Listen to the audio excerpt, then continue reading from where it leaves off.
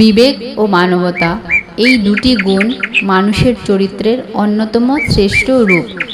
বিবেক আমাদের সত্য মিথ্যা ভালো মন্দ বোঝার ক্ষমতা দেয়, আর মানবতা আমাদের অন্যের পাশে দাঁড়াতে শেখায়। বিবেক হলো মানুষের অন্তরের সেই স্বর যা সঠিক পথ দেখায়। যখন আমরা কোনো ভুল কাজ করতে যাচ্ছি, তখন বিবেক আমাদের সাবধান করে।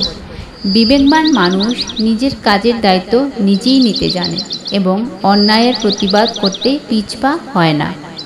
মানবতা হলো মানুষের প্রতি মানুষের মমত্ববোধ, সহানুভূতি ও সাহায্যের মানসিকতা। কেউ যখন বিপদে পড়ে তখন তার পাশে দাঁড়ানো, অন্যের কষ্টে কষ্ট পাওয়া, এই সবই মানবতার চিহ্ন।